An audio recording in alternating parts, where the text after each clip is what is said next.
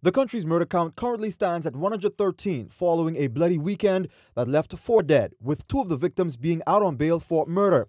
This trend has become a serious concern for officials as they attempt to curb the uptick in crime, partly stemming from a backlog in criminal cases that result in individuals having to be released back into society but end up being killed shortly after. And while there has been increased calls for the judiciary to consider withholding bail for serious offenses, noted defense attorney Cristina Galano says that would be unconstitutional. The general rule is that you cannot keep them in there beyond the 3 years without trying them.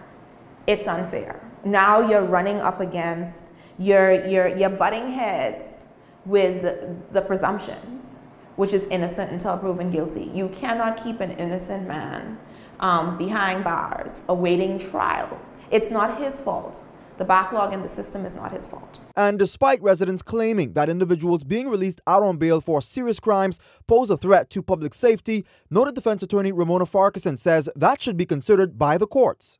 Is the Crown raising that as one of the objections or reasons why bail ought to be denied?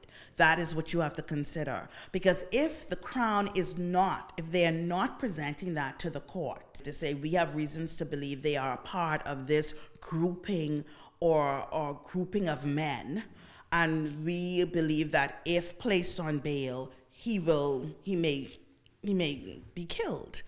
You have to obviously set that out and give support. In fact, Farquharson says residents should utilize caution. Should you be hanging out with someone who is on bail, who there's a feud going on, and a message has been sent, more than likely in many instances?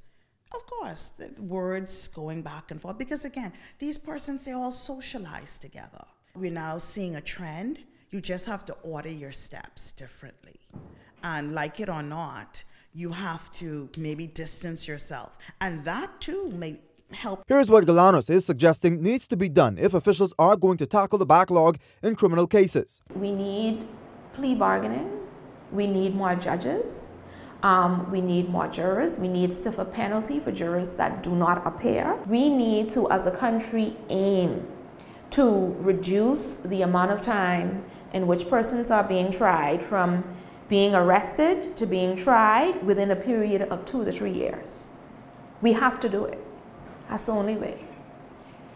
If we don't do it, we're gonna continue to have a serious problem. But Farquharson maintains that there's only so much the courts can do. The rest of it about the rearing and the rest of it, that's something that the parents need to deal with, the families.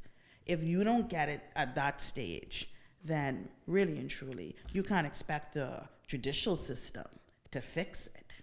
Jose Etienne, Eyewitness News.